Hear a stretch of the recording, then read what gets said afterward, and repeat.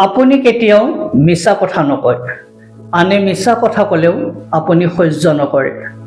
কেতিয়াবা মিছা কোৱাৰ বাবেই আপোনাক কোনোবাই বা আপুনি কাৰোবাক বেয়া পাবলগীয়া হৈছে নেকি?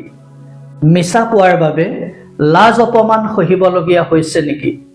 এই প্ৰসংগত ফিঅদৰ দস্তয়েভস্কিৰ এষাৰ কথা আপোনালোকৰ সৈতে শ্বেয়াৰ কৰিবলৈ মন গ'ল।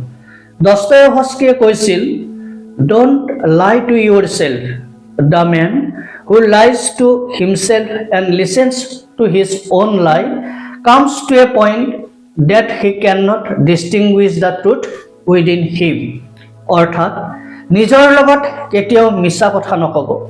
যিজন ব্যক্তিয়ে নিজৰ লগত মিছা কয় আৰু নিজৰ মিছাক বিশ্বাস কৰে, তেওঁ এনে এক পৰ্যায়ত উপনীত হয় যে নিজৰ ভিতৰৰ সত্য কি তাক চিনিব নোৱাৰা হৈ পৰে।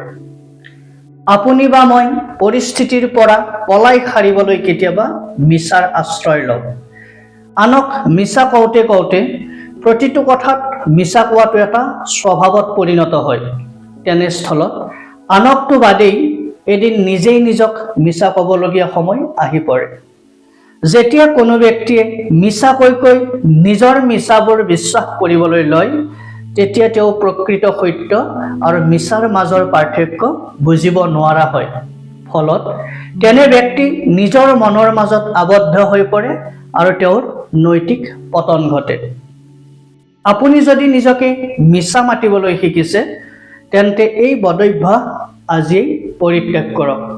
মনত ৰাখিব, যিমানেই নিজকে মিছা ক'ব, যিমানেই নিজৰ মিছাটোক মানি ল'বলৈ আৰম্ভ কৰিব, সিমানেই সত্যটোক চিনি বা বুজি পাবলৈ কঠিন হ'ব।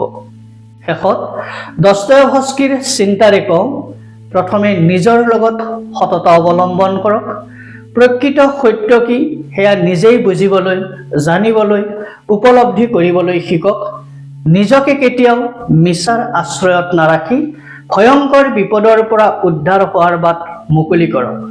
দেখিব, সন্মান আৰু প্ৰেম ভাৱেই আপোনাৰ মনটোক আৱৰি ৰাখিব।